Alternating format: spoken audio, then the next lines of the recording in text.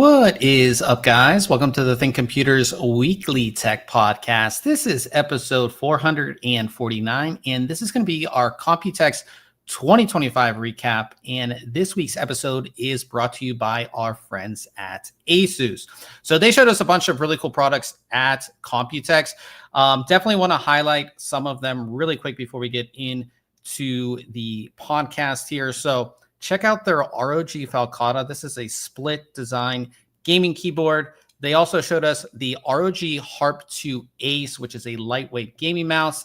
Then there was the really crazy and super fast ROG Strix Ace XG248QSG. I think companies need to really rename their monitors. Yeah, 610 hertz refresh 610 rate? hertz refresh rates. And then finally, the ROG XG Station 3. This is a Thunderbolt 5 eGPU dock. So we have links to all of those products in the description of the video, so definitely check those out. And we thank Asus for all of their support. And of course, the person on the other side of the screen right here is my co-host Ryan. What's going on? You're pointing the wrong way, but well, not much. Wherever. We're next to each other. Yeah, I'm good. Welcome back stateside. You were gone. Yeah. We had a week off, and I didn't know what to do with myself. Like while you were gone, we had a soccer tournament the weekend you left, and so I was like super busy with that. 5 games that weekend, won the championship. Hooray, Nice. hooray. But then that next week, like my daughter's dance stuff was done, my son's soccer stuff was done, and we didn't have a podcast. So I had 5 days. I was like, I don't know what to do with myself because we usually have stuff every day. So Should have came to Taiwan. Coach that team. Yeah. So but yeah, no, it feels good to be back on the podcast for sure. Yeah. Long 10 days in Taiwan, but it was a great time. Computex was great. Got to see so like I went to this mall that's like a tech mall. There's 2 of them right beside each other, and you could get anything. Like name a tech product and you could get it. I know you're showing me pictures. You're like, oh, you can get 5080s here. You can get they had everything. They had everything. They literally had everything. So at least here, like in the United States, like we have best, like the gold standard is Micro Center. Now, if you don't live by a Micro Center, it's probably Best Buy. Maybe you have a local PC shop or something like that close to you. But this mall was like 8 floors of awesomeness. You had all these shops that had literally everything, whether it was, graphics cards, cases, motherboards, you had NASs, you had storage, you had CPUs on CPUs. Everything was in stock, and it was at like MSRP, which was. Is it like you see? I've seen videos online where it's like a mall, but then it's a bunch of littler stores. It's not like a big box store, right? It's a bunch of smaller stores inside. Yeah, so each has like would some of them be dedicated to like, oh, we only do GPUs or CPUs? I think there was like. So at the one mall that was mainly components, the first floor, there were like retail shops for like Asus and MSI. And so like they specifically sold those parts. Yep. And then as you went up in floors, there were like, I guess you would call them stalls because they weren't necessarily that big. Where like there was, they would sell full size, like they would build you a computer or they would sell components. And then there was like, ones that specialized in storage or ones that specialized in peripherals. That's all they sold were like keyboard, mouse. There's ones that specialized in console things. So like things for your Switch, things for your Xbox. There are ones that was just networking, or there was ones that were just webcams and security cameras. Like it was really, really cool. You could find essentially anything that you wanted. Which was awesome. And that was the one mall. Right next to it is another mall. And this is where all the like real stores are. So DJI store, Sony store, Thermaltake store, Asus ROG store, Aura store. These are real stores. So like, I think there was a Razer store in there too. We have Razer stores in the United States, not a ton, but you can find them. There's one here in San Diego. Microsoft store, like any big brand. It was cool because I think the ROG store is like the flagship ROG store. Same with the Thermaltake store is the flagship Thermaltake store. And one thing that's really cool that I think you would like about the Thermaltake store is they have in the store, they have a workshop where I don't know if you can go in, but you can watch them bend the tubes if you wanted. For a build. Yeah, for a build. So like you can have them do a custom build for you and they'll bend the tubes and it like you can watch it happen. I don't know if you can go do it yourself or maybe they can teach you. I'm not really sure, but super cool. Like where do you normally see that? You don't normally you got to go to YouTube. So that was just really, really cool. And that mall had like 8 or 9 floors of just awesome stores as well. Cool. And the malls were packed. Malls were very, very packed, which is something again you don't necessarily see. So that was like beyond Computex. That was a really cool thing. I know Ryan's a big fan of comics. There were like comic book stores and anime stores everywhere. Just lots of really cool, unique shopping. That's awesome stuff. So, but like I said, this episode we're going to focus mainly on Computex. I was just there by myself, so I didn't get to see everything. I do feel that I saw a lot. We do have a dedicated Computex page on the site if you want to check it out. It's just thinkcomputers.org/Computex 2025. You can bring it up here and it has, this is not, wait a minute. That's not right. Why is it only showing? Well, it's broken. So let's not go to the page because it's not showing what it should be showing. Yeah. Which is very weird. So we'll nix that page for now. But in any case, I got to see a lot. So we're going to go through the brands that I did get to see and that we did make videos on. All of the videos are in the article, but they're also on our YouTube page. Also, we're putting out short form content probably for the next 2 to 3 weeks on Computex because the boosts and the everything that I didn't have time to shoot a full length video. I shot a bunch of short form content as well. So that's all going to come out on social media, whether that's TikTok, Instagram, YouTube Shorts, or even just on like Twitter or Threads. It will all eventually come out. So just stay tuned for all of that. So we'll start with Gigabyte, and we went to Gigabyte's. They had like their own little kind of big press event. They showed off a lot of products, but honestly, the coolest thing that I saw there was something that they're adding to their motherboards, and it's called driver BIOS. So when you do a new build and you're wanting to connect to the internet that's not Ethernet, you have to do it Wi-Fi. I think most people are doing Wi-Fi these days. Not a ton of people are plugging in.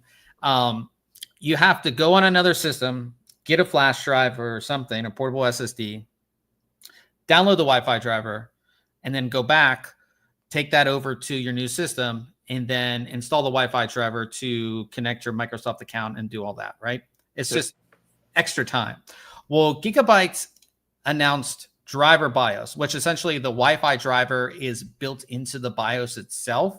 So again, when you do that Windows install, it detects your Wi-Fi connection, and you can connect to your network, and you don't have to do any of that. It just saves a lot of time. I thought that was awesome. The most interesting thing because I do a lot of builds here, and when we're doing system, it's just annoying. So essentially, according to them, it essentially takes about 6 minutes to do the whole flash drive and do all that, install it, do everything. Where this takes 1 second, it's just already there. You connect to your network, and you're good to go. This will be available on all new Gigabyte and Aorus motherboards. And the way they were able to do that is the BIOS chip. They essentially doubled it in size from 32 megabytes to 64 megabytes. So I just really, really like this. Like, I think it's something. I'm guessing it's a pretty especially since it's, they're only using 64 megs for all that stuff. It's probably like a super stripped down driver. Yeah. And then you let that get you online to get like full packages and everything else, but it's still very cool. Yeah, I just think it's going to save so much time. Yeah. And if you're a builder, a system integrator, it's just going to make things incredibly easy. Well, especially with Windows 11 essentially requiring a Microsoft account. Yeah. Now, without crazy workarounds, you got to have internet connection so that you can log into this machine. So being able to do that, because like you mentioned, like how many people there's probably so many people that don't have a hardwired connection. Like they just have what's going into the back of their router from their ISP, and that's it. Everything else is Wi-Fi, right? I'm a person that, I've got extra hardwires in my room, but yeah, this will be super nice for me. Or even just people that are like, oh crap, I need to get my Wi-Fi driver. Wait, or they don't have another computer to do it, or they don't have a flash drive. Like, how many people have a flash drive to do? Like, how do I get this onto this machine? Like, how does this work? You know what I mean? It's just makes it so much easier. So shout out to Gigabyte for doing that. We'll move over to Trikes, and you're an AIO guy. And I asked you, so it's Trikes? But I mean, they said it's either. They said it could be Tricks or Trikes. I think a lot of people are calling it Trikes, so I'm going to call it Trikes. Okay. And they showed a bunch of new products. The new one, the new AIO, is called their Stage, and essentially, it's designed with 2 LCD screens, and then this right here is actually a mirror where you can put like a figurine. They have it set up here with like these little figures that are like a band, but it's just something a little bit different. It's something, and I saw a bunch of really interesting AIOs at Computex. This was one of the more interesting ones. I think a lot of people, we've seen it like mods and things like that, where people do put figures in their system. This gives you essentially a stage or a place to put that figure. Yep. What do you think about this? It's like the opposite of the panorama, right? The panorama is like an external cube. This is like the reverse of it. I think it's cool. I'm excited to see all the crazy stuff that people do with that stage, right? You can have like an animation going of like, I could just think of like, when Iron Man like comes down and like lands with his fist in the ground, like you could have that animation always going, and then like an Iron Man figure there, like there's so many different options and things that you can do. You can have a car sitting there looking like it's driving. Yeah, you could have a ton of different things. Just we're getting more and more creative with the AIOs, which I think Trikes essentially started with the panorama. And I don't know, the panoramas that you've reviewed, did they have the just one cable coming off for the I gotta remember now. I don't because this one has just a single magnetic connection, and then you have your cable for the fans, you mean? Yeah, so it just makes it really, really easy as a builder too. So that's going to be really, really nice. And this will come out in the summer for expected price of around $199. So not all that expensive either. So the Panorama SE that I looked at first, and I do have the regular Panorama as well that'll be coming out next week, should be. It had pre-wired daisy chain fans, but they're not just like a some of the more advanced like signal. Yeah, so like if you see down here, this is just magnetic connection that comes right off. They do not have that on the. So a nice little upgrade for that as well, which is nice. This is something you might be interested in too. We saw Asus do this, and now Trikes is going to do this. So their panorama sort of curved screen, they're also making that into a standalone water block. So if you're a fan of that, but you're not an AIO person, you're a custom loop person, you can still get that curved screen. It's just going to be a water block now. Yep. So it's going to come with 90-degree fittings and just a nice little water block. And like I said, we saw Asus do this, and now Trikes is doing it. No word yet on pricing. It will just plug into your motherboard via USB 2.0 header. $200 to $250. So depending on, pricing and things like that. But I really like this because I feel like when it comes to water blocks, we've seen a little bit of like the digital displays and things, but like the screens, we haven't necessarily seen. And like the AIO crowd has got the screens, the curved screens, the infinity mirrors, whereas like the custom cooling crowd has kind of got, I mean, the blocks look amazing. Yeah. But like the screens and the interact, like the, just being able to do a little bit more, you haven't seen it as much. So it's really great. I think that Trikes is doing that. Now, this is something that I was like super excited this for. Wild. So because, we've seen screens on AIOs and things like that. But Trikes showed an air cooler, and it's a big air cooler, dual fan, dual tower cooler here with I believe this is a 5.5-inch screen here. And I guess we did see a screen on an air cooler. Who was that from? Lamptron? I forget. It was like I think so. Yeah. Yeah. And it didn't look great. This looks really, really good. It's a big cooler. Now, it almost can act like an air tunnel, like to pull that air in from the front, run it across the heatsink, and then out the back like a 120, right? It can kind of keep some of the air trapped in there, it almost looks like. It's not a solid like tube or anything, right? It's just kind of a panel that goes across with the screen. It's just a top cap. So like this entire top part comes off. Okay. Like I said, I show it in the video. But yeah, I want to see another angle of that. Yeah, let's bring up the video here. Let's see. Maybe I was looking at it. Let's see if we can scrub to where it is. So there's the screen. Okay. Yeah, I gotcha. So it's a dual tower, dual fan. Yeah, dual tower, dual fan. That makes more sense. I gotcha. And then here you can see where I take it off. Or at least I believe I was trying to do this all with one hand. Ryan wasn't with me at Computex, so I had to do all the shooting myself, which was a little. Yeah. This was the first day too, and I have to say I was a little overwhelmed because I've never been to Computex. But I do take it off here. You'll see. So I just pull it, and then you can see the center fan. Oh, okay. Yeah. Yeah. And it's just pogo style connection. I like that too. There's no wires connected. That's great. Super clean, black and white color. And the fans are also like on a rail sort of, so you can easily move them up and down for installation, which is really, really great as well. $99. They asked us too. So Trikes asked us like, how much do you think this will be? And I was like 129 and they said 99. So that's pretty good. I was thinking somewhere closer to 150. Yeah. So really awesome. Great pricing on this when it's going to come out. It's coming out in Q3. They also had a air version of their Luca L70 case. This comes with two massive 200 millimeter fans in the front, supports the largest hardware out there, extended ATX motherboards. And one thing that they are doing, which like hardly anybody else is doing, removable motherboard tray. The power supply mounts you can move from the top to the bottom however you like it.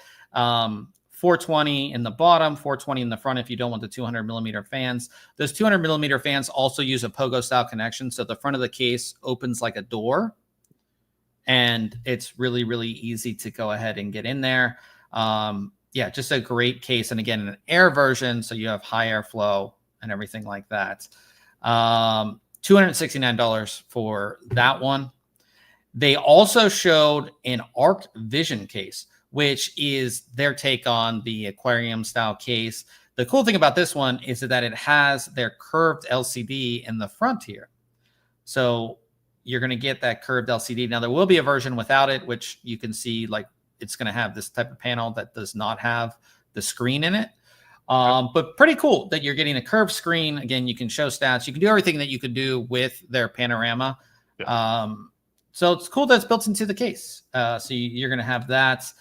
The OLED version, so it's going to be an OLED screen, will be $239.99. The standard version is going to be $119.99. And it will be available in both black and white as well. And then we saw the Flova case, which is like I don't want my system to look like a gaming system. Yeah. They had it in white, pink, and I believe a blue.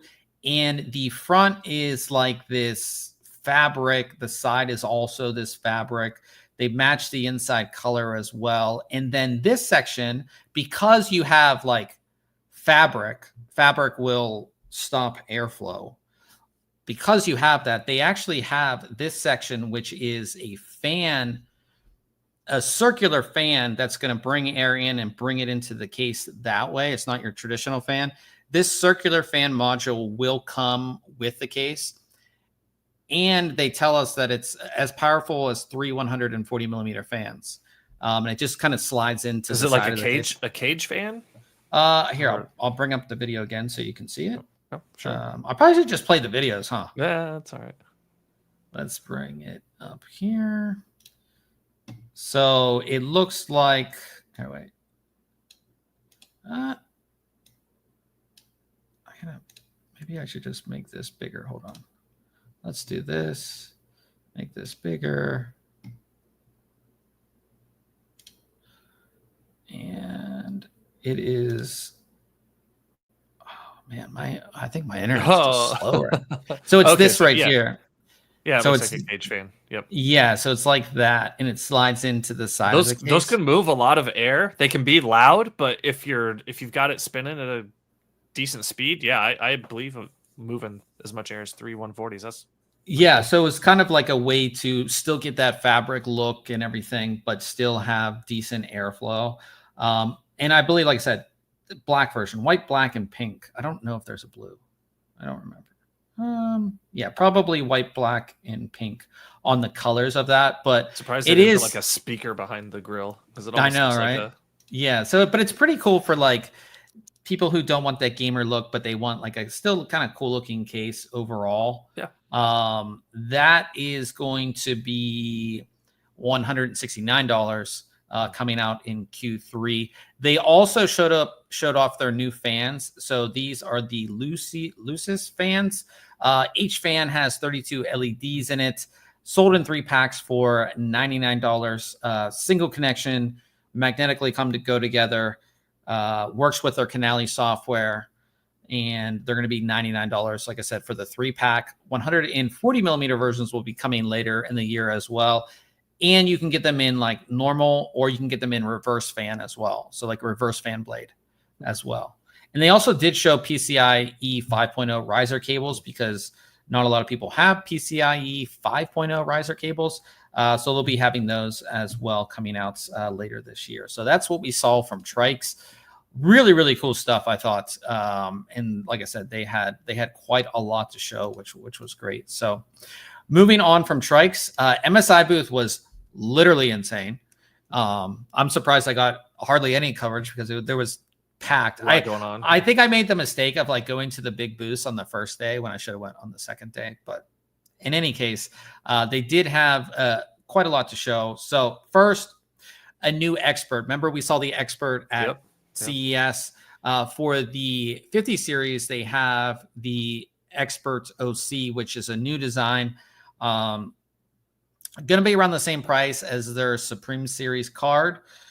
I think it looks quite good. They've gone with more of like a lighter gold color than the darker color that they had on the previous version.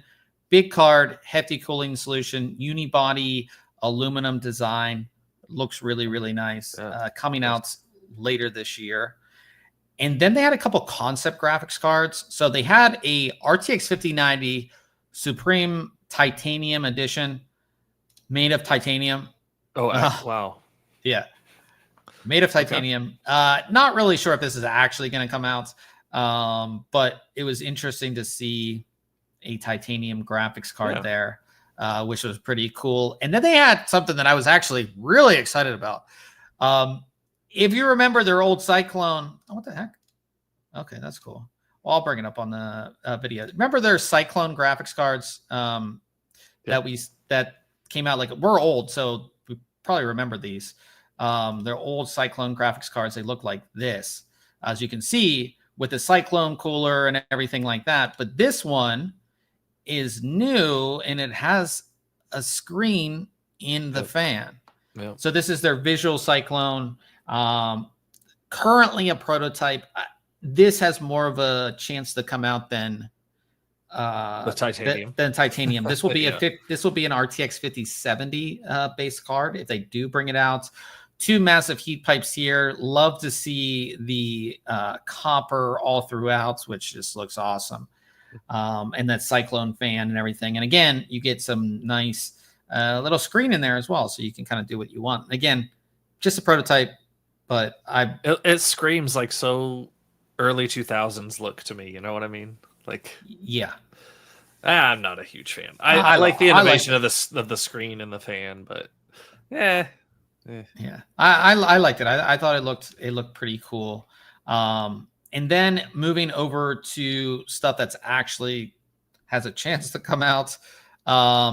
They showed off their Mag Vision Light 12, which is a 12.3-inch screen that you can mount in any 360 millimeter section in your case, or you can mount it essentially anywhere that was going to fit. But it does have mounting points for 360 millimeters. So, in your side mount, they showed it in a side mount.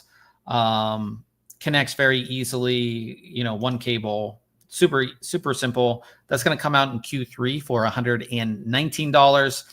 They also had a Mag 870E Tomahawk Wi-Fi PZ. Really sleek design on this, and it has the connections on the back. So it's a back connect motherboard. Really, really nice. All like just really nice that we're getting like a Tomahawk level board that's back connect. Was typically reserved for some of their higher end boards, so it's nice to get that there. That's going to come out in Q3 for $369. And then to round out the Mag line, they showed their new case, a very affordable case. This is their Mag Pano 130R PZ.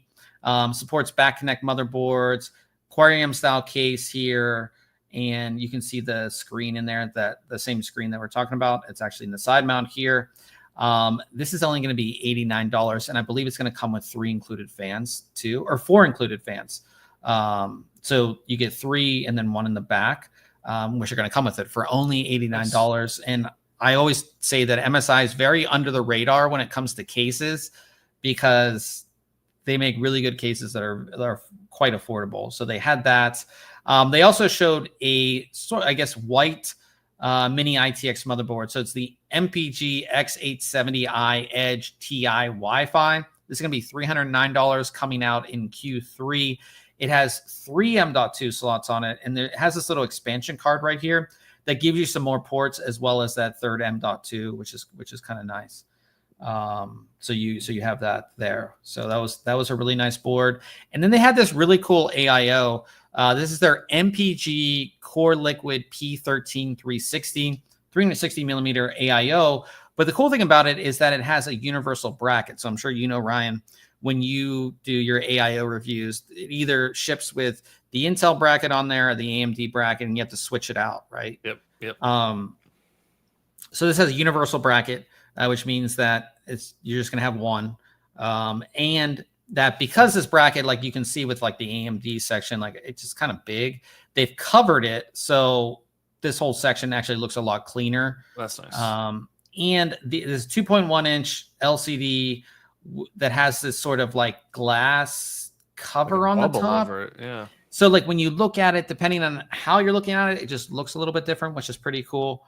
So I really like that. Also, the fan cables run through the fans. That's how they connect. So it's kind of interesting. Nothing on the outside either. Yeah, nothing. Yeah. So and then they come out, go into the tubing and down into the block. It's really a clean AIO.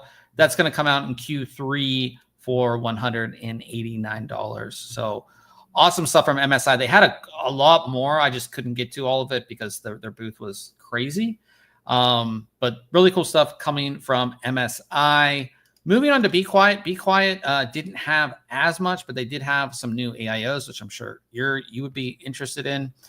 So they had their Pure Loop 3 LX and their Pure Loop 3.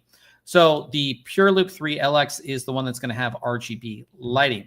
Now, the cool thing about it is that the pump block here has just like these little inserts, and it's going to come with 10 different inserts with different designs on them. And I believe you'll be able to make your own as well. Cool. That you can just throw in there. So you're going to have RGB lighting, and then you can throw one of these inserts in there. That's going to be available in 240 and 360 millimeter versions.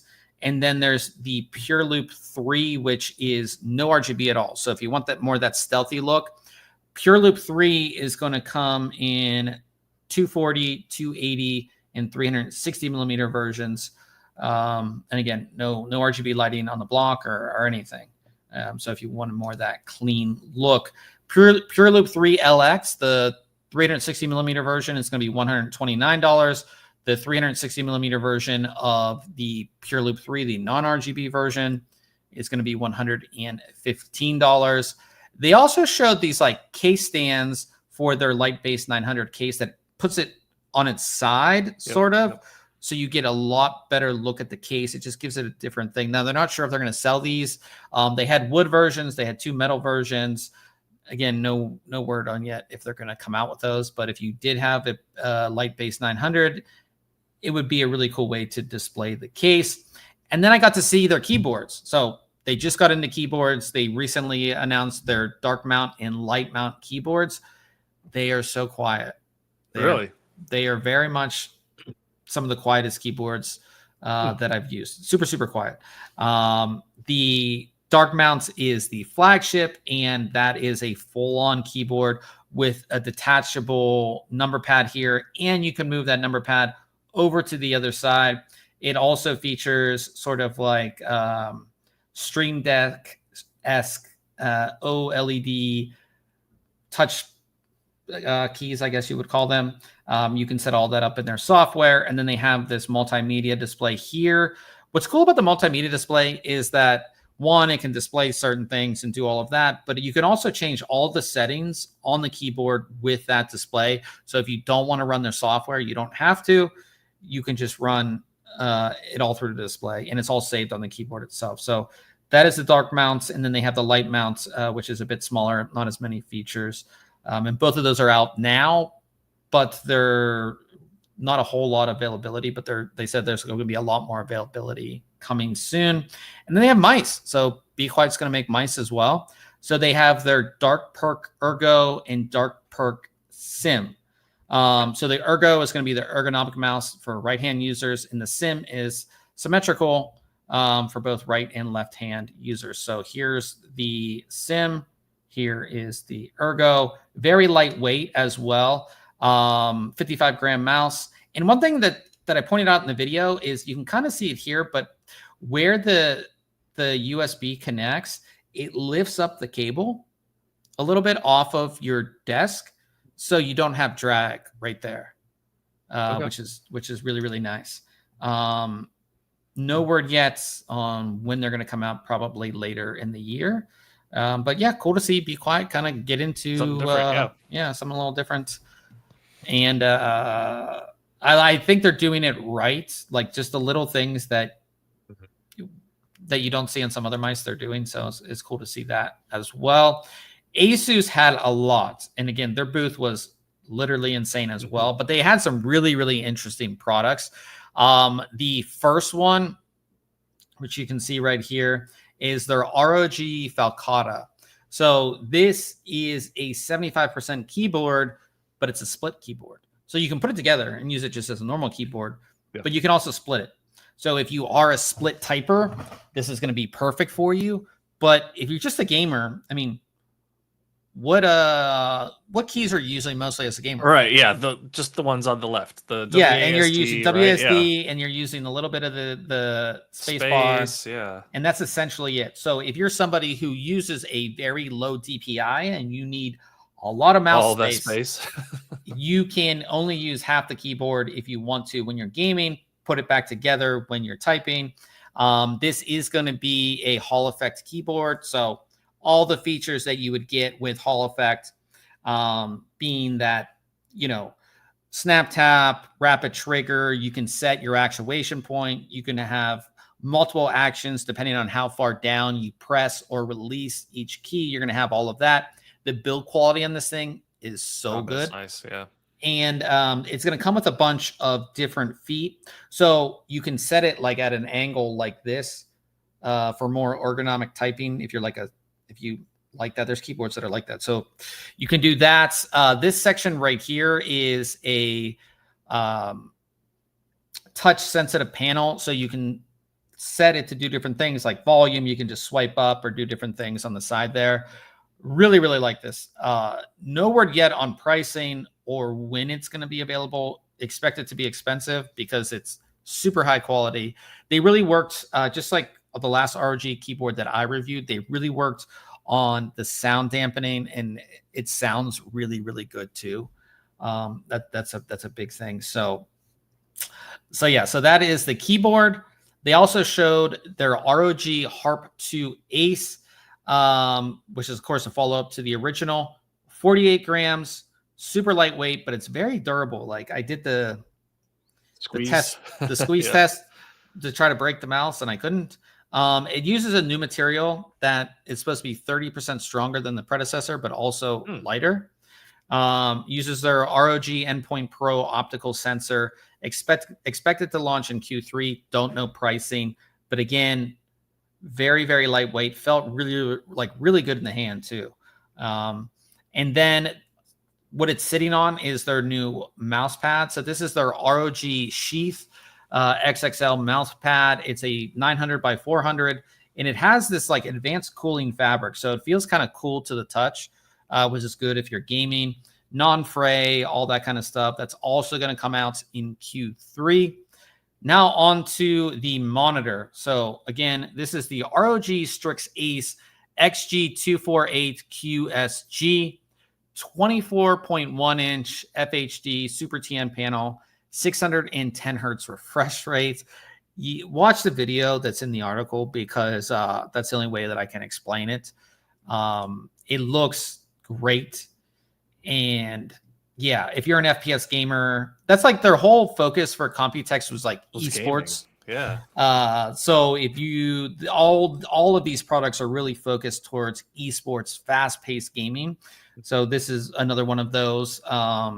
This also features their new stand. I remember, if you remember, like the big Asus stands with like the legs that go way out. Yeah, it has this new ergo stand which takes up less space.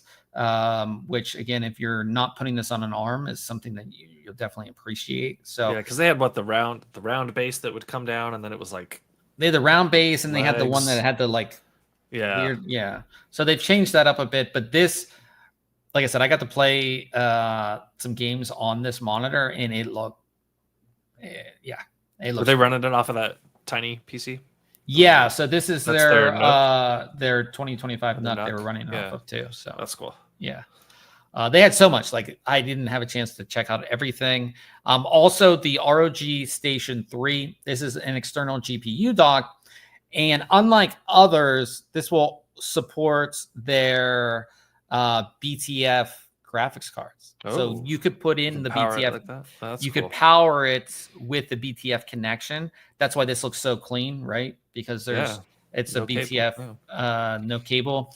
Now you will have to provide your own power supply. It supports SFX and SFXL power supplies.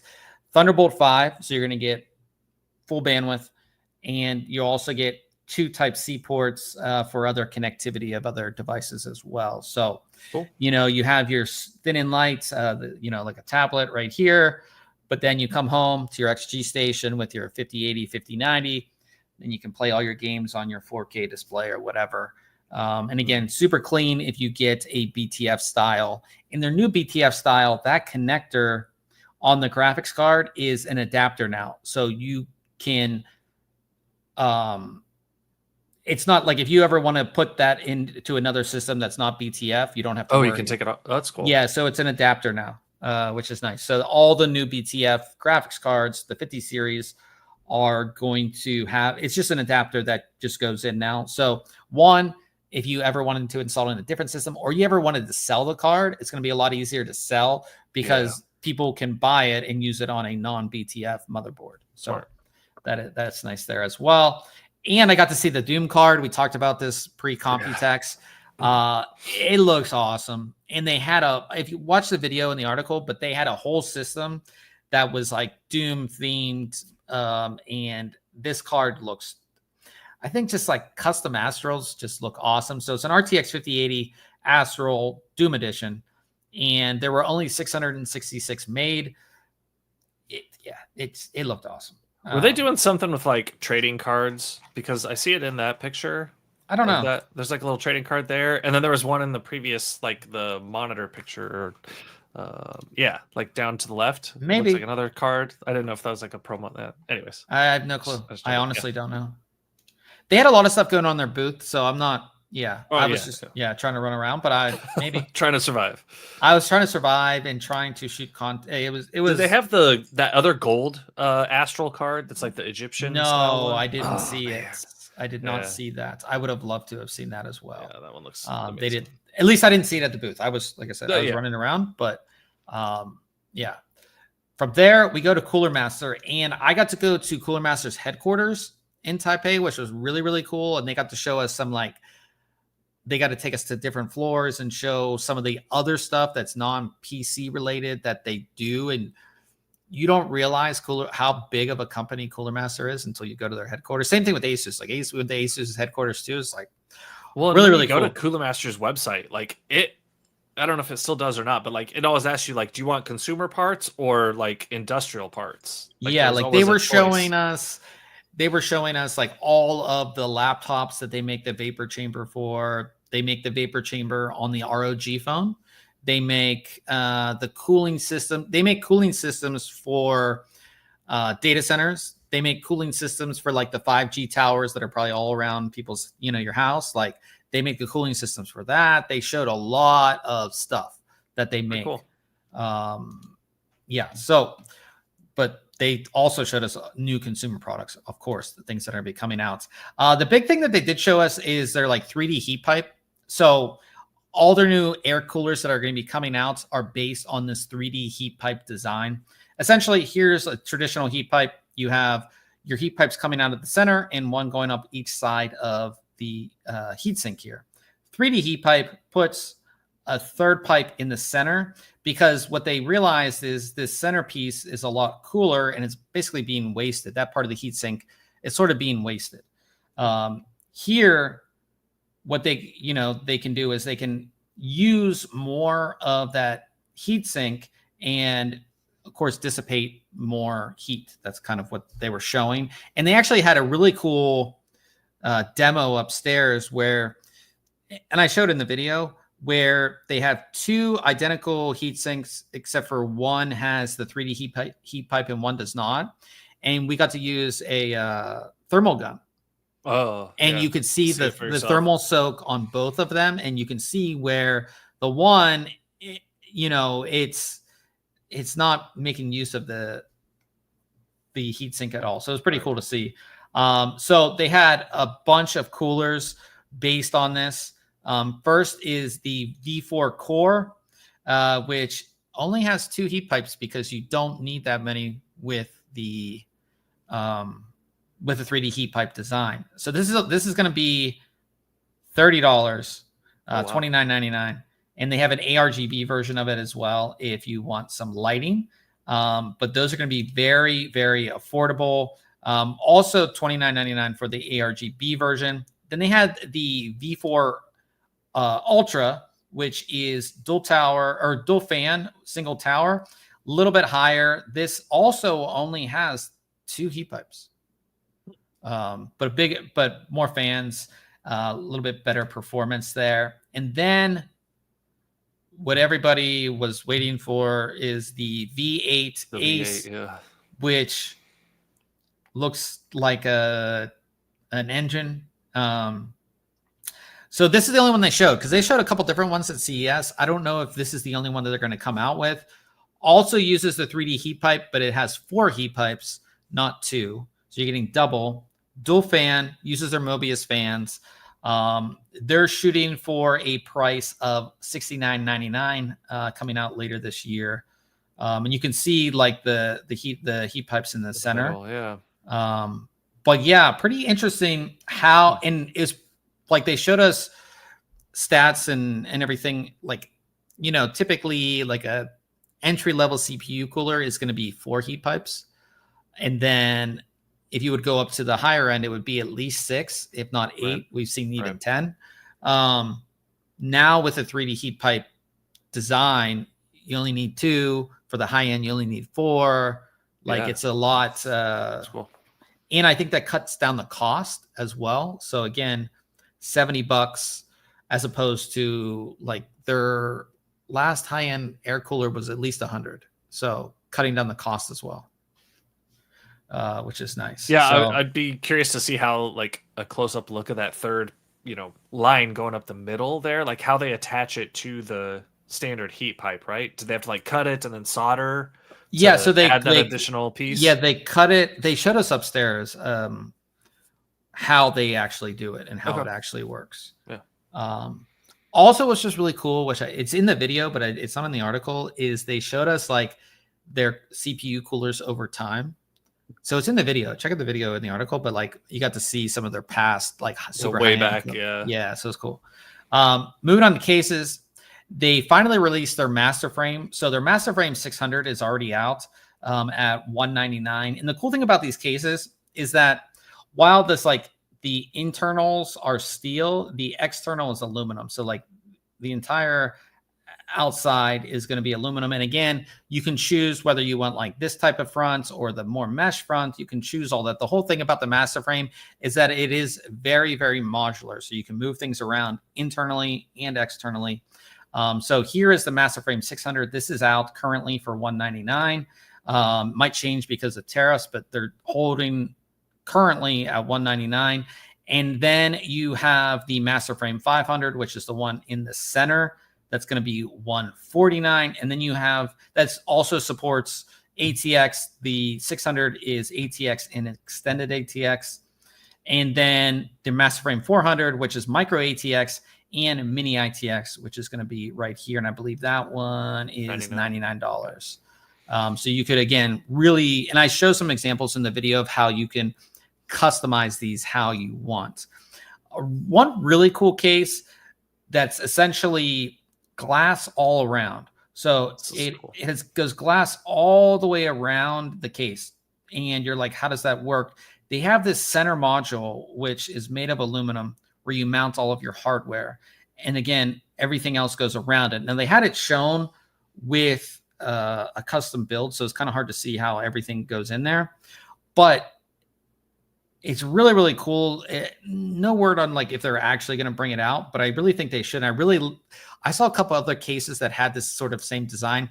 People are trying to, again, really expand on that aquarium style. And the only way to do that is to wrap the case in glass, but then how are you going to mount everything? Yeah. So we've seen ones that now you're going to have this center, I guess, frame where you mount, your motherboard on one side and then like power supply and stuff on the other. And it's all held into place in this center frame where you can see all around it. That's what this case is designed like. And it looks awesome. Really, really well designed too. So it's kind of hard to see. I would watch the video. There's some cutouts, right? Yeah. So there's a front panel that's curved. It curves all the way around. And then you have two larger side panels here. That's kind of how that one is designed. They also showed a 2025 version of their Cosmos, a couple different ones. They're not even sure if it's going to, the 2025 Cosmos is even going to come out. They showed the one that they built for NVIDIA. So this one over here is the one that they actually built for NVIDIA for some of their high-end systems. But again, it's not available. They also showed this like one that would never, ever come out. So this front piece is a sponge that's made of metal. It's a metal sponge. And they told us how they make it. They, again, get a real sponge and then they put in like liquid metal and then wait for it to harden. And then they like blast the sponge part out. They actually said that it's more efficient than mesh, which is pretty interesting. And they said it's very expensive to make. Just that piece is like $1,000 to make. They're never going to come out with it, but it was pretty interesting to see just like the different things that they experiment with and work on. Another update to their Cube series. So they have the Cube 500 core. This is their very inexpensive type case that's very compact for a mid tower. The power supply gets mounted in the front here. Then you have your rest of your system here, supports full ATX motherboards as well as long graphics cards. And then they have all these pieces that you can kind of attach different places. They're also going to offer 3D printing available to print pieces that will go on here as well. I don't know, Ryan, printables. I don't know if you know what that is. Yeah. Yeah. So you can, whatever that means. I don't know anything about 3D printing, but yeah, they showed us a bunch of the accessories that go to that. It's only going to be $60, so very affordable case too. And a bunch of different color options that you can do on that one too. They also showed new fans. So we have seen fans that have aluminum frame. Now they're showing fans that have aluminum frame and aluminum fan blades. So that sounds expensive. Yeah, the master fan, well, especially with like aluminum tariff coming. So master fan XT-AL is the one that is all aluminum. And also these fans spin up to 4,000 RPM. Ooh. So you can really push a lot of air with these. Available 120 millimeter, 140 millimeter sizes. No word yet on pricing. And they also showed, I don't have it in the article, but they also showed Cooler Master does have an RTX 5090 that's technically they're not selling. You have to buy it in one of their pre-built systems.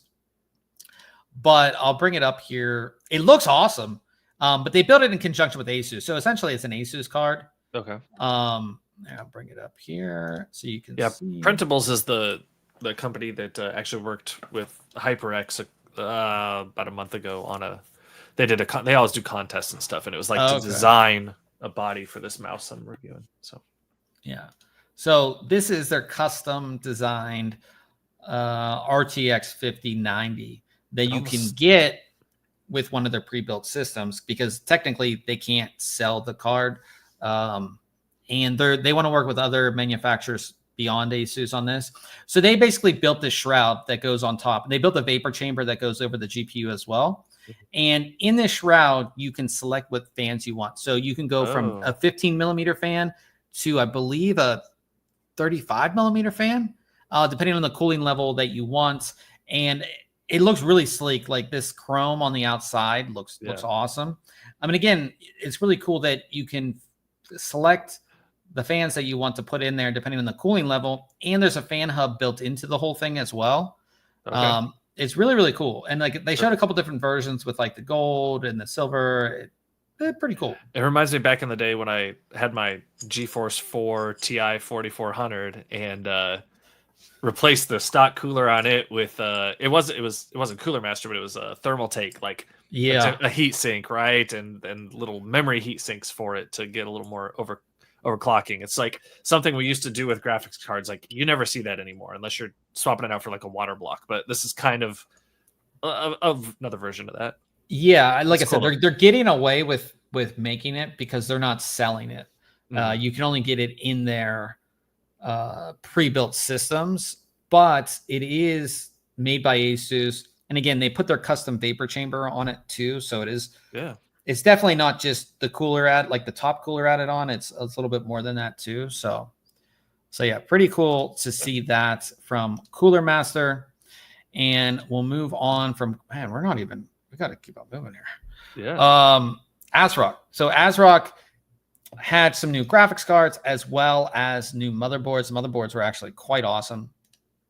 So first, motherboards. So they have a new overclocking motherboard, which we haven't necessarily seen from ASRock. So this is, and all the new motherboards were AMD motherboards, which is pretty cool. So this is their X870E Tai Chi OCF 25 phase power design, made specifically for overclocking, something we haven't seen on motherboards for a long time. Your custom overclocking buttons right here with your plus and minus and your preset settings 1, 2, and 3. You can turn off your expansion slots. You can do all of that stuff. It looked awesome, and I believe it supports 6 M.2s too. Dang, so that's interesting. Like on your overclocking board, like why support? Who knows?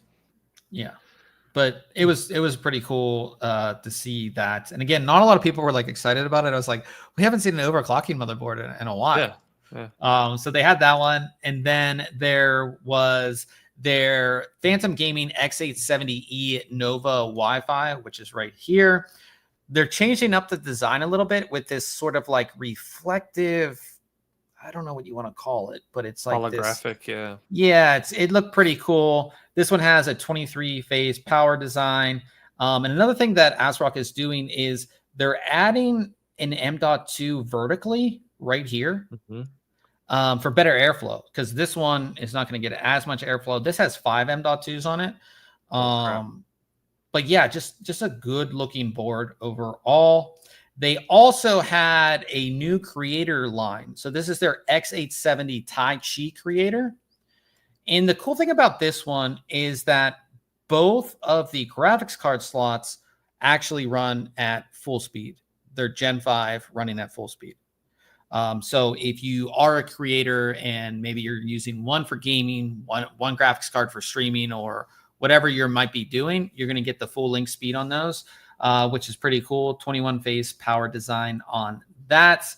And then finally, the X870 live mixer, which they've definitely gone away from like the not so colorful. Yeah, the not so colorful live mixer, 19 phase power design on this. I don't have a picture of it, but it's in the video.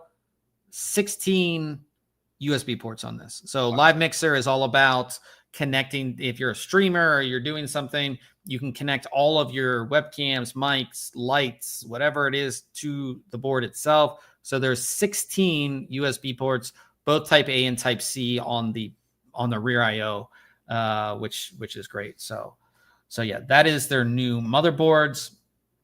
They also showed some new graphics cards. First, they already announced their Radeon RX 9070 XT. It came in a sort of black version. Now they're going to offer it in white. This is a concept card. This is just called their Tai Chi White.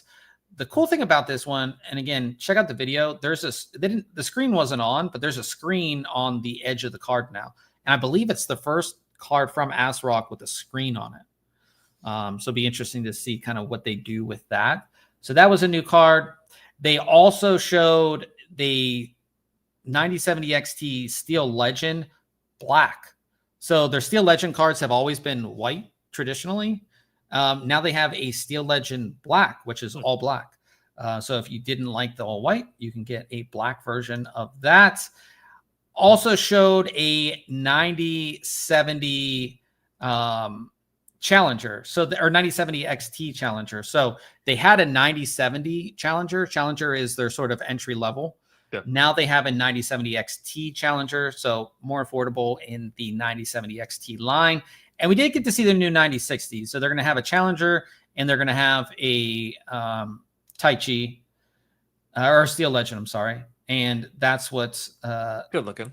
Yeah, 9060s. So Challenger dual fan, kind of what we saw there. From them. So they also have a new 1200 watt Steel Legend power supply. It's 80 plus gold, platinum, cybernetics platinum, ATX 3.1, PCIe 5.1. The cool thing about it is when you think of 1200 watts, Ryan, you think of like a long power supply. This is 150 millimeters, which is like the standard ATX size, which is nice on there as well. So those are the new things from ASRock. Oh, they also had a new gaming monitor as well. Sorry. This is their PG27Q FW2A. They already released a 500 hertz monitor. This one's going to be a little bit slower. So it's 400 hertz, which still is fast. Yeah. 27-inch Quad HD IPS display expected towards the end of the year. I love how it's compared to a 144 hertz. Like that's like slow. You know what I mean? Like, yeah, makes me feel bad. Yeah, and if you don't know, all of their monitors have Wi-Fi antennas built in. Mm-hmm. So if getting some better Wi-Fi signal because it's it's your monitor, it's not you're coming off your motherboard. It's pretty cool that all those have that as well. So yeah, expect that later this year. Moving on from ASRock, we saw InWin, and of course InWin. We know this because we've covered Computex. We've never gone, but InWin always has like a signature series case. This year, InWin was celebrating their 40th anniversary. So they did something a little bit different. They're not necessarily calling this part of their signature series. This is the Chronomancy. And it's designed after the sort of like the Olympic torch. I'm actually going to bring up the video because it's just easier to show it in the video. To show what the case can do. I feel like Chrome is just like eating my resources. I feel like I need to do it. You ever just need to do like a clean install of Chrome? I mean, no, but Oh, I feel like I do. Anyways, this case is sort of like, again, designed after the Olympic torch. And then the top section has some of their like, it's acrylic cases. Yeah, of their like iconic cases over the years. It looks really, really cool. The exterior is this chrome, which is like real chrome, and this really high-end aluminum that goes around it, which just looks, like I said, it looks so cool. There's all those custom cases that, you know, they've had over the years. Or like there's milestone cases, you know, all in there. And the cool thing about it is that you use a wand to open the case up. Oh, okay. So you'll see it here in the video in a second. Justin from Inwin, he showed like me proximity to it. Yeah, so it's a wand. You can see him have the wand, and you just wave the wand, and that side opens up automatically, and then you can see your system inside. So you can still, like, it can fit it, of course, normal, you know, full-size system in here. You have all those trays that can support hard drives or fans or things like that. Yeah. Okay. And then you can open the other side as well with the wand. So you can open the second side, and the second side opens up, and that reveals, you know, your power supply. You can also fit a 360 millimeter rad at the back, and then all of their cabling gets routed towards the bottom and then comes out the bottom. So obviously things are spinning and moving, and you can see like the gears that are used here. Like, it's pretty heavy duty. Obviously, this is a special edition case, so no word yet on pricing or how many they're even going to make, but it's going to be very expensive. And again, it's not part of their signature series per se, so maybe we'll see another one. Yeah, so yeah, maybe we'll see a signature series, but it was pretty cool. They also had a super high performance case called the Covalent, which just like makes you think of like server case. I like the look of this one. Yeah, so you would like this, Ryan. It was really, really cool. High performance case. They had it decked out with fans. No word on pricing on this, but 420 millimeter radiator in the top, 360 in the front, tons of storage. And then they had a new version of their Dubilly case. This is called the D Lite, which is essentially made to be just a little bit more affordable, a little bit smaller. Still supports a 360 millimeter radiator in the front. And again, if you remember the Dubilly, it's very sort of sleek and kind of metal-ish. This is going to be very similar to that. They also have new Prism cases. So the black version of the Prism is already out. They're coming out with a white version here with clear. The black version has tinted window. This is going to be all clear, so you can see everything in the front. Of course, the thing about the Prism is that while it shows off all your system, it does have mesh in the front, so you can mount fans in the front to get proper airflow. It is like a less expensive version of their Tau case, which had no airflow essentially. So this definitely does. And we move over to the Shift, which we saw at CES. Yep. And it has been retooled a little bit. They've changed a few things, getting closer to a release date on it, but it's essentially a test bench. So here it is, sort of like in its vertical orientation, which it really is great for photos. And then you can see it sitting down in more of like a test bench orientation. And it has all these brackets that are connected that you can see you have fans on these, but it's great if you're like, have a test bench and you want an AIO on there. It has proper brackets for everything. All made of all aluminum, looks really, really nice. And then they had this like AI box or AI case. It's called Tactics. It has these huge handles at the top, supports 4 graphics cards in there. And on the back side, again, watch the video, but it supports 2 power supplies. So 1 power supply for your graphics cards, 1 power supply for the rest of the system. And it's made to be a little portable AI, like people who are doing, and it supports EEB motherboards. So it's going to support dual processor motherboards, like, you know, super big motherboards. That's the whole point for AI and things like that. So that was pretty cool. And then they also had their IW1650, 650 watt power supply, but it's made specifically for graphics cards. So all it has on it is 4 perfect for that case. 4 12V PWR power connections on it, made specifically for graphics cards, and they did have it in that case that they were showing. So pretty cool to see all of that from Inwin. And then finally, we move on to Montech. And Montech had a lot of very affordable cases and coolers and fans. So Montech kind of made a name for themselves from the King 95. Now they're going to have a King 45, 120 bucks, comes with 4 fans. Really sleek design here, both white and black versions. And yeah, they made a slight change. They angled the fans up a little bit because on the side of the case that you can't see, there is an intake. So they angled the fans to get better air cooling, but it still will ship with 4 fans and I believe a fan controller for $120. And then they're going to have a King 15, which is a bit smaller, supporting micro ATX and mini ITX. Same sort of design, white and black versions, but just not as much space, obviously. That one is going to be $110 for the Pro version that comes with the 4 fans and $90 for the non-Pro version. They're going to have high airflow case as well. This is their Air 2000. So you can see the front is going to be the mesh, although they said that they may include a mesh panel in the front and this glass panel. They're not sure yet. It might ship with both of those. Black and white versions going to come with 4 fans. And this one has a digital display on the side too. So it's a little digital display that will show your CPU temperature, GPU temperature, and fan speed in real time. And you can adjust the fan speed on the controller itself. All that's in the video if you want to check out the video. $110 with the display, without the display, $95. Then they had this cool little small form factor case. It's called 10, TEN, not the number 10. And it's very modular, meaning that they have this one set up as for an air-cooled setup. And then this one is a liquid-cooled setup. And you could, have your graphics, like a smaller graphics card because the power supply is mounted in the front. But if on this one, the whole opposite side's a graphics card, so you could have like a two compartment design or a single compartment design that would fit larger coolers, things like that. You can kind of adjust it how you want. It can fit 360 millimeter radiators in it, which is great for cooling as well. I like these mini ITX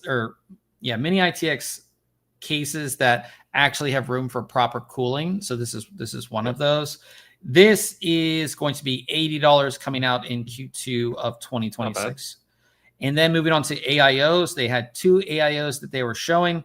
Their Hyperflow Digital just has a digital display, so not an LCD. It's going to show CPU and GPU temperature, simple driver that easily gets installed, RGB lighting on the fans, and some on the block as well around that digital display.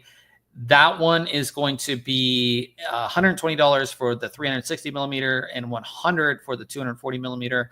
Those are going to come out in Q3.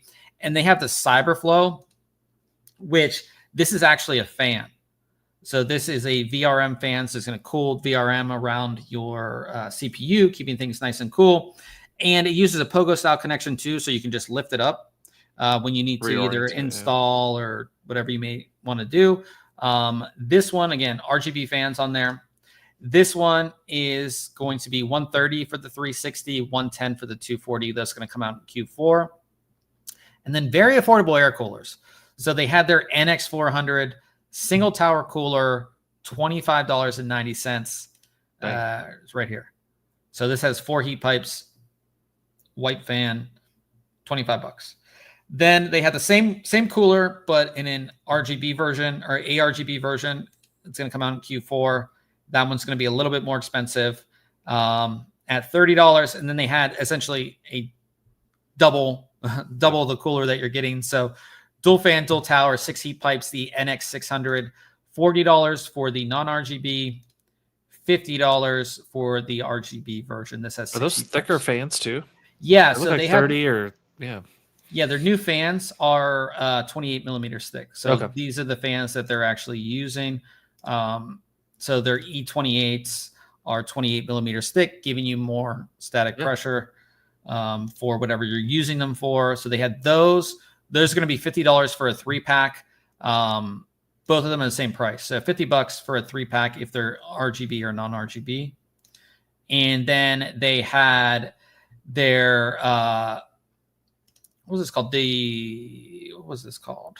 They had a triple RGB fan version. They clip together, really easy with a controller. They're going to be $60 for this one. So that's what they had for their fans. So they had a lot as well. A lot of these brands compared to CES had a lot more. So it was like it seems like it. You got to see a lot more. These are the brands that we did full videos for. Like I said, we got to see a ton of other brands. Corsair, Thermalright, Enermax. Like there's a ton of other brands that we made content. It's just all coming out later. So yeah, definitely stay tuned for all of that. Like I said, all that's going to come out in short form. So it's going to be on our social media, whether that's TikTok, Instagram, YouTube Shorts.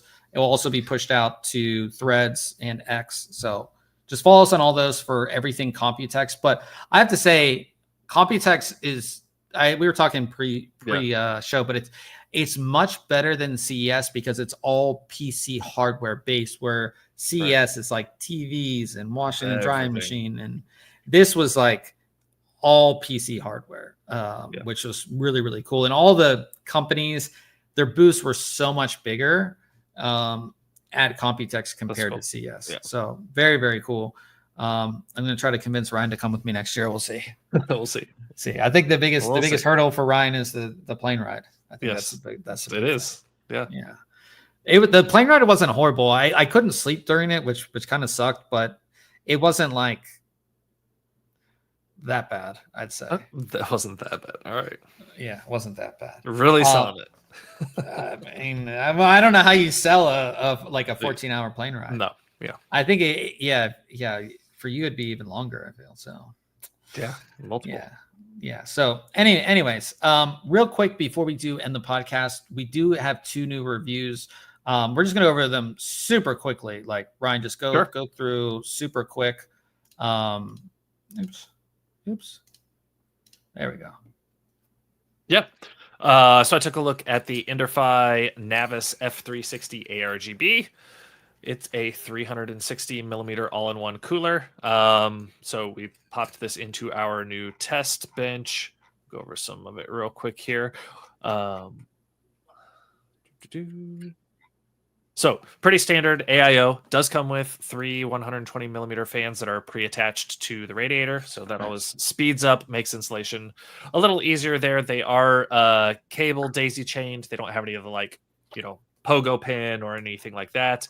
So pretty basic connectivity, but they are pre-wired for you.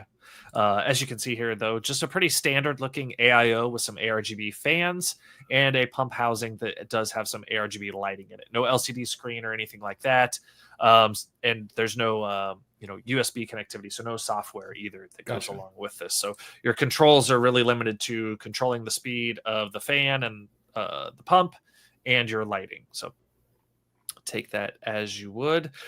Standard 27 millimeter thick radiator, but it does have a little more dense fin density. Most of the time we see like 20 fins per inch. This one was 21 to 22.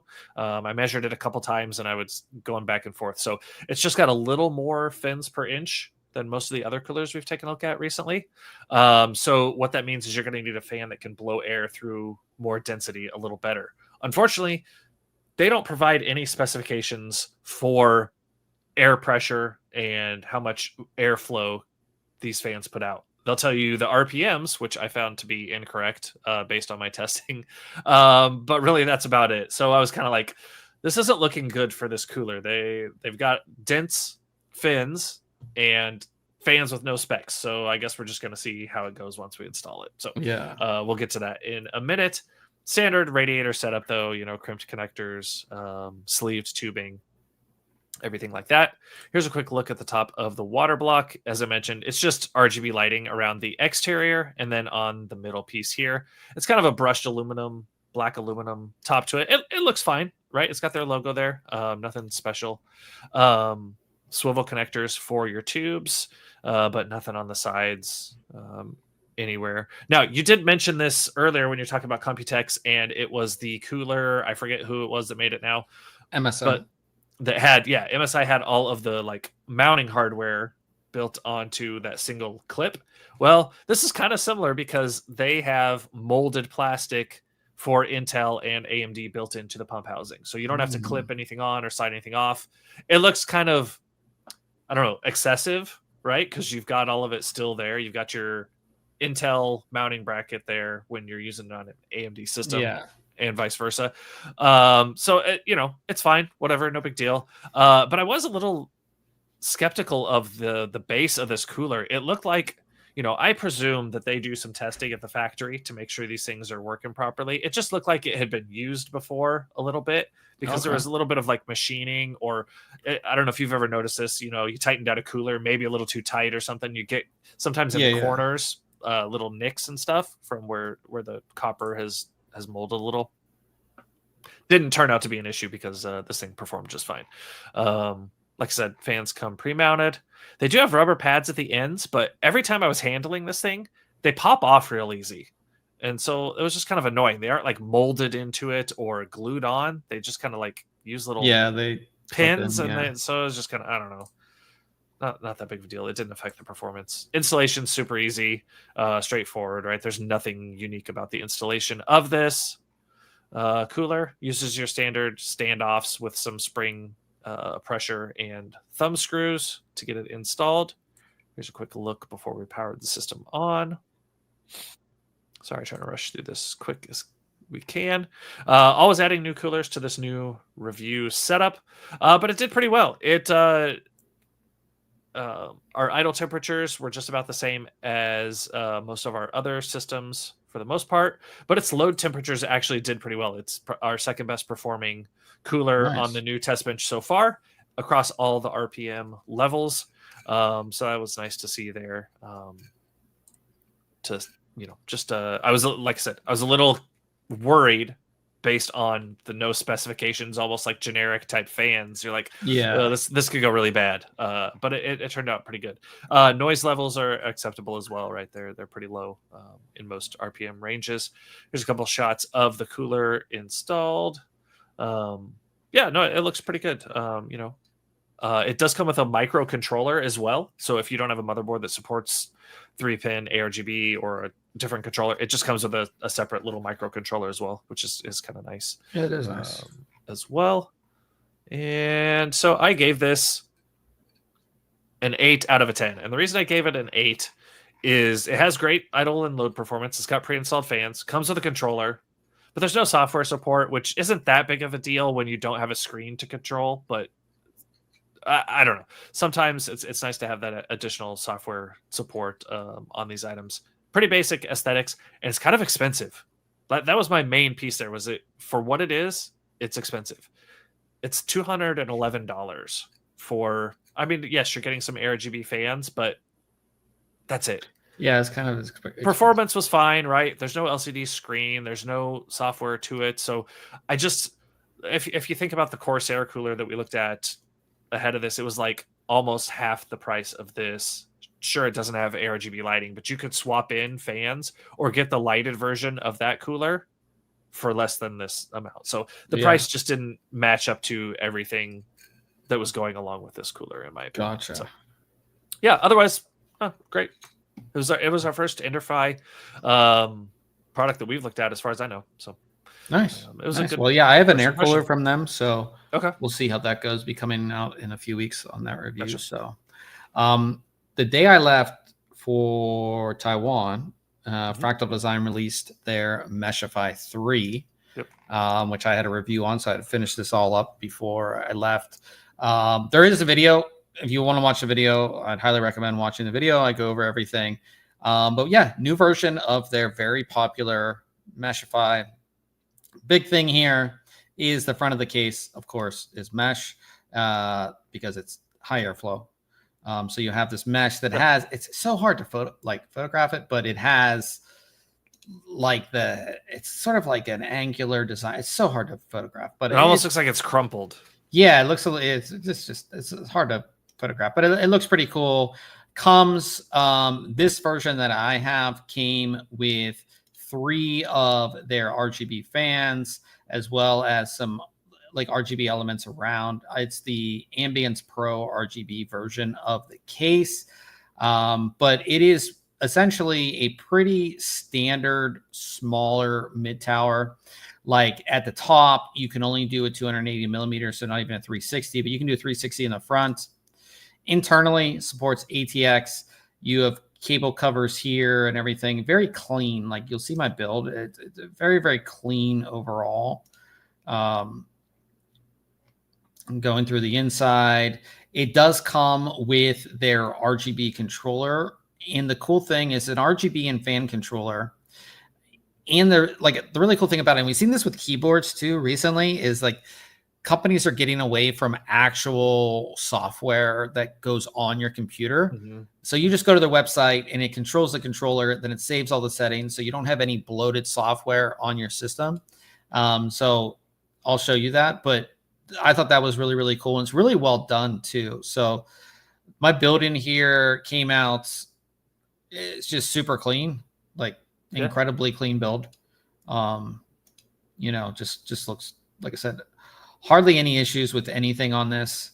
When it came to my installation, it also has the cable ties on the back of the case, which are very underrated because it just helps clean up all those cables in the back, which I really, really like. So it has that as well. And then if we look at the lighting, you know, you have the 3 RGB fans, and then you have a light element around the front, and then it goes towards the back, and everything can be controlled together or independently, however you want to do it. But the app, again, you just go to the website, which is adjust.fractaldesign.com. You go in there at the texture hub, and then you can set the different lighting things. You can connect different things to it. The only thing is that the connections for the fans and the lighting elements are all proprietary. So you couldn't connect it to another, you couldn't connect the fans or the lighting elements to another RGB hub. You can connect the hub out to, you can, there's a breakout cable, so you can connect it to your motherboard, but there's room for more things that you can add into the actual controller, and it's all proprietary. So it has to be Fractal Design fans. You can't add other fans. So that's the only downside. But like I said, I mean, the different color options is just like scroll through these. Like it looks really, really good. And again, if I added some more of these Fractal fans, either in the top or the back, it would really complete the look overall. But it, like I said, it looks really, really good. And like I said, building's easy. Didn't really run into any issues or anything like that. I have all the temperatures and noise levels and everything. Everything was quite good overall. And it's the version that I reviewed is $219.99. Again, that comes with 3 included RGB fans, the RGB elements, and the controller. You can get the plain Meshify 3 for $139.99. Will come with 3 non RGB fans and no controller. And then there's an RGB version that's $159.99. It comes with 3 RGB fans, but again, no controller. So I gave it a 9 out of 10. Like I said, the fans and the fan hub use proprietary connectors. And then the 2.5-inch SSD installation, I didn't talk about that, but I will really quickly.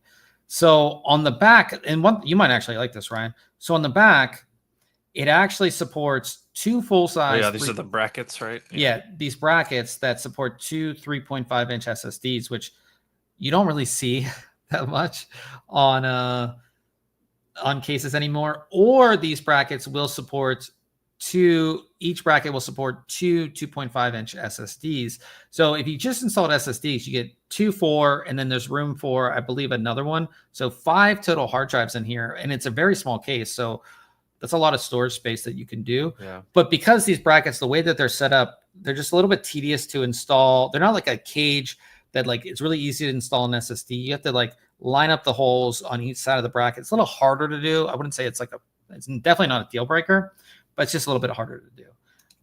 But it's a great case overall. Always a fan of Fractal Design, and they did a really good job on this case. Check out my video if you are interested. And then coming up next week, Ryan has the you have the Pike's Panorama, just the original. Yes. So we already looked at the SE. Yeah. So Ryan's taking a look at the Trikes Panorama. Let me bring that up. Which is this one. Panorama ARGB. Oh, okay. Panorama ARGB. That has the fans. So you have the 360, right? Yeah. Yeah. So 360, but it has a curved screen. So Ryan will be taking a look at that. I will be taking a look at a keyboard here. So it is the EpoMaker Ala F65. That's a collab between the two. So Ala makes keyboards, EpoMaker makes keyboards. They collabed on this. It's a $60 keyboard, 65%. I'm using it right now. It sounds so good. Sounds so good. Three-way connectivity, so you can use it wired, wireless, 2.4 gigahertz Bluetooth. You can do it that way. And it says acoustic mastery with 5 layers sound dampening. So it does sound really good. I got this exact color right here as well. It comes with a couple different colors, but I have this like color. That blacked out. You all black out without the that's nice. good. But yeah, it's a nice keyboard so far. So I'll be taking a look at that as well. And then we round things out with our question of the week. And I thought, because Old Man in the chat, good to see Old Man as we come to the end of the show. He said, I was thinking about getting that keyboard. I think you'd like it. I like it a lot. It has a really good sound profile. I like the size. It's perfect for me. It's like I have it right here. Old Man's got to be running out of space for keyboards. He's getting a keyboard every week, it feels like. I have, if you look this way, you can't see it, but I have probably 20 keyboards. I believe it. Yeah. But I would. It feels really good, and it has a really good sound profile. So yeah, I would definitely. So far, I'd recommend it. Check out my review coming out next week, so you'll be able to see my final thoughts on it. But so far, I do really like it. But because we were talking about Taiwan, and I went to this awesome computer mall.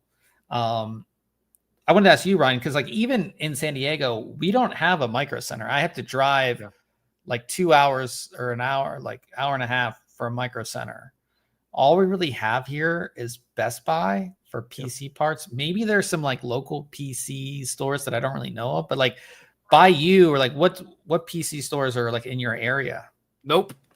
We got Best Buy. Micro Center is about 2.5 hours away in Kansas City. We never had a Fry's close to us. I think the closest Fry's to us was Dallas, which I got to go to those a couple times before they went out of business. I never went to a Fry's. Oh no, I went to a Fry's in Vegas one time. Back in the day, we used to have a CompUSA. Yeah, we had CompUSA when I lived in Pittsburgh. Right? Yeah. So we had that. There have been some small shops, but they're hit or miss on components, and then they've just got all the random no-name cables and just stuff. You're why do you still have this old gear that they bought too many of and have? So no, we don't either. Micro Center in Kansas City is the closest I've got. Yeah, like I said, when I talked about it earlier in the podcast, I say Micro Center for the United States is essentially the gold standard. Yeah. And then I guess it's Best Buy. And they've gotten more components. For a while they cleared out all their PC components. Now you go into one and they've got a decent selection a lot of times of especially memory and some type CPUs. They try and hold some GPUs in stock every now and then. Yeah, I had to buy a CPU and I just went to Best Buy. It's right down the road, so I just went to the Best Buy to get it.